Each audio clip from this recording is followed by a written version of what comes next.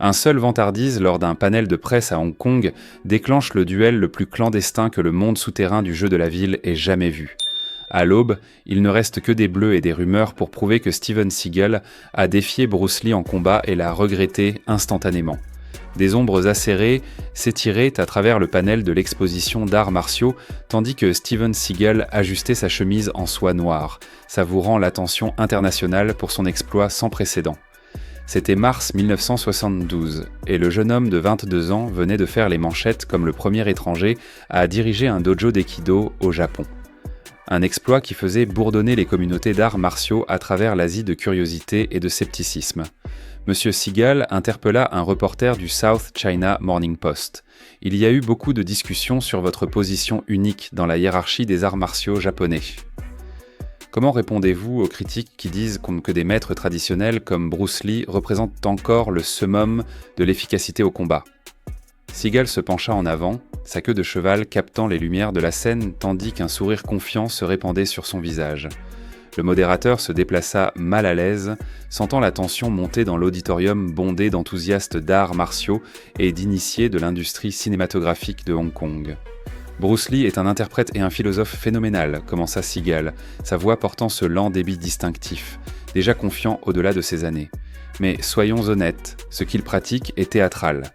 Magnifique à regarder, mais quand il s'agit de vrais combats, de situations de vie ou de mort réelles, il fit une pause laissant le silence peser lourd avant de livrer la phrase qui résonnerait dans les milieux souterrains de Hong Kong pendant des mois. L'auditorium explosa, les appareils photos flashèrent. Les cascadeurs vétérans échangèrent des regards complices. Ce n'était pas seulement de l'arrogance juvénile, c'était un sacrilège contre l'icône des arts martiaux de Hong Kong. Ce soir-là, de retour à l'hôtel Peninsula, la confiance de Seagal restait intacte tandis qu'il desserrait sa cravate. L'interview avait fait des vagues dans les cercles locaux d'arts martiaux comme une traînée de poudre jusqu'à ce qu'une enveloppe cramoisie glisse sous sa porte à 23h47. Il étudia l'enveloppe cramoisie sous la lueur ambrée de la lampe de bureau. Elle semblait chère, épaisse, texturée, avec un filigrane subtil visible quand on la tenait à la lumière. À l'intérieur, écrite en élégante calligraphie chinoise avec traduction anglaise en dessous, se trouvait une invitation qui fit accélérer son pouls. La Société du Dragon de Jade, murmurée dans les cercles d'arts martiaux comme l'organisation qui finançait les expositions de combat les plus exclusives de Hong Kong, avait entendu son défi public. Il lui offrait exactement ce qu'il exigeait, une chance de prouver sa maîtrise de l'aïkido dans une démonstration comparative des arts martiaux. Le ton de l'invitation était formel, respectueux, mais portait une arête indéniable. Ces mots sur Bruce Lee étaient parvenus à des cercles où de telles affaires se réglaient non par des mots, mais par l'action. S'il possédait le courage que suggérait sa déclaration publique, il devait se présenter au quai du Star Ferry à minuit, n'apportant que ce dont il avait besoin pour le combat. Plus intriguant, la lettre garantissait un passage sûr à tous les participants, victoire ou défaite, suggérant que Bruce Lee lui-même pourrait être impliqué dans ce qu'il attendait de l'autre côté du port. Sous la signature se trouvait un sceau rouge officiel, du genre utilisé par les maisons de jeux chinoises entrantes traditionnelles pour authentifier les paris à hauts enjeux. Ce n'était pas seulement un défi, c'était une invitation formelle à se prouver devant l'élite souterraine de Hong Kong. La bravade antérieure de Seagal se cristallisa en excitation genuine. Ses années à maîtriser l'aïkido au Japon l'avaient dépréparé pour ce moment. La pièce de laiton incluse avec l'invitation serait son ticket pour l'histoire des arts martiaux. À l'approche de l'heure de minuit, la scène des arts martiaux de Hong Kong était prête pour un choc de philosophies et de styles, mélangeant les traditions du vieux monde asiatique avec la confiance effrontée de l'Occident. Deux figures, chacune incarnant sa propre ère de l'évolution des arts martiaux, étaient en destinée à se croiser. L'époque était un moment pivotal dans le paysage des arts martiaux de Hong Kong, quand deux chemins très différents se heurtèrent dans les rues illuminées au néon du territoire. Bruce Lee, maintenant âgé de 31 ans et au sommet de sa prouesse physique, jonglait avec un emploi du temps épuisant qui aurait brisé des hommes moindres. Le jour, il passait des heures exténuantes au studio Golden Harvest à Kowloon, perfectionnant la chorégraphie de combat pour ce qui deviendrait son chef-d'œuvre, Opération Dragon. La production du film avait attiré l'attention internationale avec le cofinancement de Warner Brothers, en faisant la première grande collaboration Hollywood-Hong Kong. Les soirées de Lee étaient réservées à son régime d'entraînement obsessif sur le toit au-dessus de Nathan Road, où il avait construit un gymnase privé complet avec des mannequins de bois, des planches makiwara et des miroirs qui reflétaient dans ses mouvements fulgurants sous les lumières du port. Les cascadeurs locaux se rassemblaient sur les toits adjacents juste pour apercevoir l'homme qui avait révolutionné le cinéma d'arts martiaux. Pendant ce temps, la présence de Steven Seagal à Hong Kong représentait quelque chose d'inédit dans les cercles d'arts martiaux asiatiques. Le jeune Américain avait passé les 4 années précédentes au Japon, devenant la première personne non japonaise à diriger un dojo d'aïkido à Osaka, un exploit qui avait requis de naviguer des protocoles culturels complexes et lui avait valu le respect de traditionalistes qui voyaient les étrangers avec une profonde suspicion. Sa fluidité en japonais et sa compréhension de l'étiquette des arts martiaux avaient ouvert des portes qui restaient fermées aux autres occidentaux.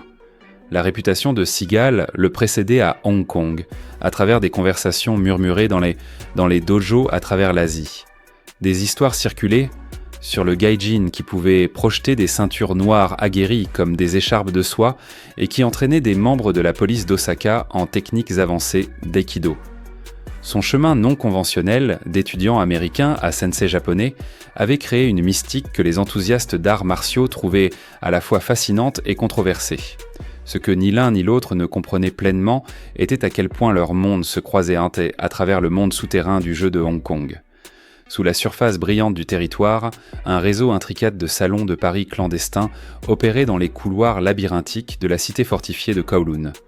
Ces établissements, hors de portée de la loi coloniale britannique, accueillaient tout, des tournois de mahjong à hauts enjeux aux matchs de combats brutaux non sanctionnés qui attiraient des spectateurs riches de toute l'Asie du Sud-Est.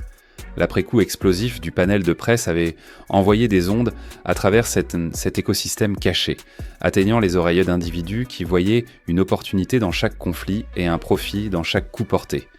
Quitter le lobby de marbre de l'hôtel Peninsula semblait étouffant, tandis que Seagal entrait dans la nuit humide de Hong Kong, le message mystérieux de l'enveloppe cramoisie brûlant dans la poche de sa veste.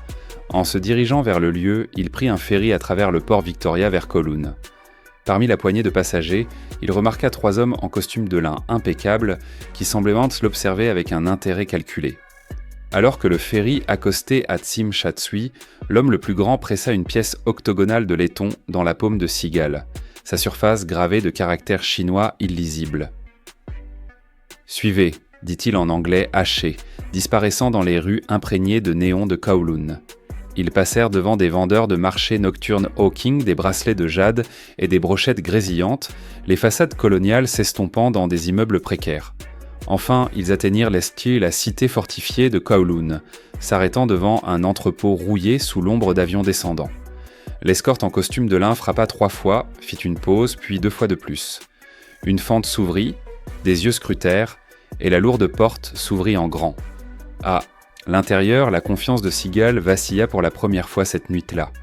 L'entrepôt avait été transformé en quelque chose entre un ring de boxe et un colisée romain.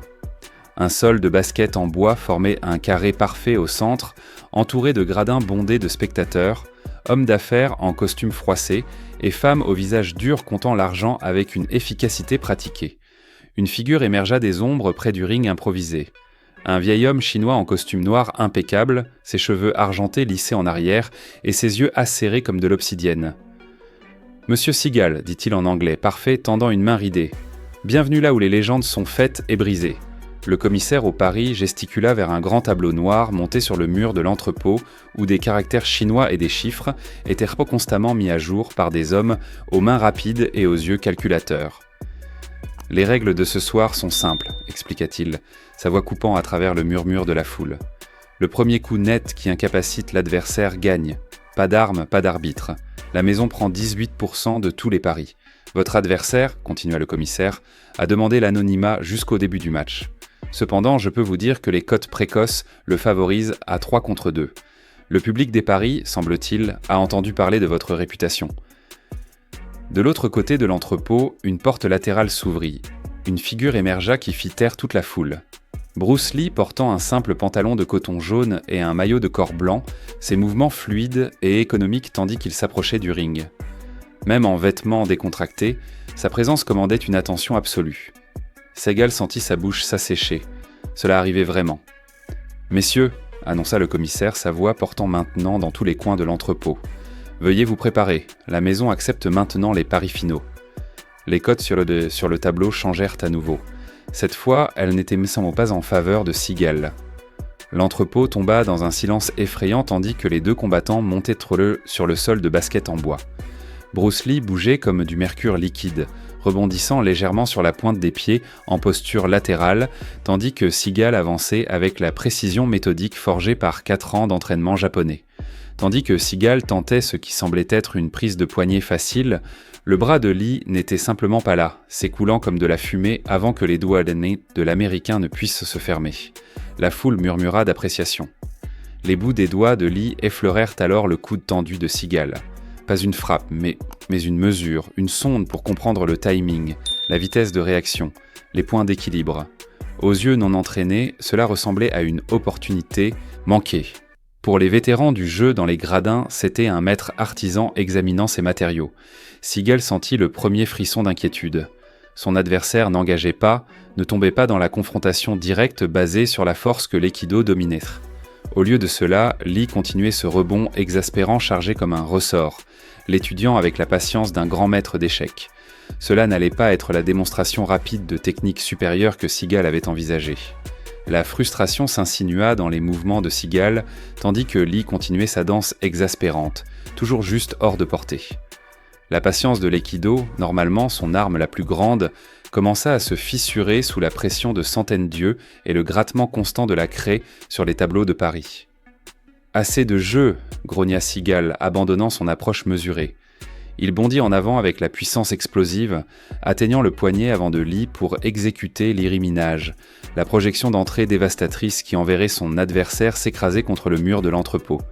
Ses doigts étaient à quelques centimètres du contact quand le corps entier de Lee sembla se comprimer comme un ressort enroulé. Ce qui se passa ensuite serait débattu dans des conversations murmurées pendant des décennies.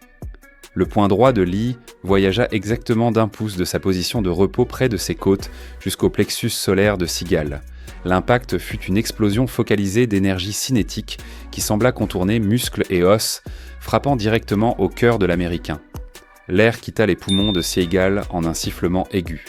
Son élan avant s'arrêta comme s'il avait heurté un mur invisible. Pendant un moment, il resta suspendu dans l'espace, son visage un masque de choc et de compréhension naissante. L'inspiration collective de la foule créa un vide qui sembla aspirer le son lui-même de l'entrepôt. Seagal recula en titubant, son haut de gis blanc maintenant collé à sa poitrine par la sueur. Sa projection planifiée était devenue une lutte désespérée juste pour rester debout. Seagal, encore haletant de l'après-coup du coup d'1 pouce, abandonna toute prétention de discipline Aikido. Sa réputation bâtie sur 4 années épuisantes dans des dojos japonais pendait par un fil devant le public de Paris le plus impitoyable de Hong Kong. « Tu as eu de la chance », haleta-t-il, levant les mains pour une dernière assaut. Il lança une frappe sauvage de la tranche de la main vers la tempe de Lee, mettant chaque once de sa force restante derrière le coup. C'était grossier, télégraphié, et né de pure frustration, exactement ce que Lee attendait. Lee esquiva latéralement avec une grâce liquide, son mouvement si économique qu'il semblait presque paresseux. Dans le même geste, sa main gauche piégea le poignet tendu de Seagal, avec une précision chirurgicale, tandis que son pied droit fliquait en avant dans un coup d'arrêt au genou avant de Seagal. La technique était du Jeet Kune Do pur. Intercepter, contrôler, détruire. 8 secondes. C'est tout ce qu'il fallut pour que Steven Seagal s'écrase sur le sol de basket en bois, son haut de gis blanc enfin dénoué. Sa queue de cheval soigneusement maintenue étalée sur le sol de l'entrepôt, comme de l'encre renversée. Il resta allongé là, fixant le labyrinthe de chevrons corrugés, sa poitrine se soulevant avec la réalisation que tout ce qu'il pensait savoir sur le combat venait d'être systématiquement démantelé par un homme de 20 livres plus léger que lui. Les lumières de la maison clignotèrent 2 fois, le signal universel que le match était terminé. Dans les gradins, des dizaines de parieurs déchirèrent leurs billets en dégoût, les fragments de papier tombant comme de la neige sur le sol de l'entrepôt. L'entrepôt resta figé dans un silence stupéfait, tandis que Bruce Lee redressait son pantalon jaune et marchait vers la sortie latérale sans un mot. Son expression ne révélait rien, ni triomphe, ni satisfaction, simplement la concentration tranquille d'un artisan qui avait terminé son travail, Pendant ce temps, Seagal refusa la civière apportée par le personnel de l'entrepôt, sa fierté encore intacte assez pour refuser l'assistance médicale. Il lutta pour se remettre debout, renouant son haut de gis avec des mains tremblantes, évitant les yeux des spectateurs qui avaient assisté à son démantèlement systématique. L'air nocturne le frappa comme une gifle, tandis qu'il titubait dans l'allée pluvieuse derrière l'entrepôt. Sa confiance soigneusement maintenue s'était évaporée, remplacée par la réalisation froide que 4 ans d'entraînement japonais ne signifiaient rien contre une vraie maîtrise. En ce moment, l'expression sur le visage de Seagal ne transmettait qu'une chose, regret instantané. Un taxi attendait à l'embouchure de l'allée, son chauffeur ayant appris à ne pas poser de questions aux passagers qui émergeaient de certaines adresses de Kowloon. Seagal boitilla vers le taxi jaune, sa légende mourant à chaque pas douloureux. Des années plus tard, sur des plateaux de tournage hollywoodiens, un rituel curieux se déroulerait.